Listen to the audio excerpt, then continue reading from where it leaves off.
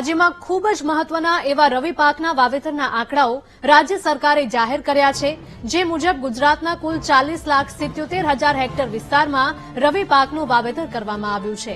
રાજ્યમાં સૌથી વધુ 10,73,000 હેક્ટરમાં રવિ પાક તરીકે ઘઉંનું વાવેતર થયું છે, તો બીજી બાજુ જીરુના રેકોર્ડ તોડ ભાવને લઈને ચાલુ વર્ષે જીરાનું વાવેતર બમણું થયું છે। રાજ્યમાં ચાલુ વર્ષે રવિ સિઝનનું વાવેતર પૂર્ણ થવા આવ્યું છે। અત્યાર સુધીમાં 40.77 લાખ હેક્ટર વિસ્તારમાં રવિ પાકોનું વાવેતર થયું છે। સમગ્ર દેશમાં ગુજરાત જીરાના ઉત્પાદનમાં પ્રથમ ક્રમે છે।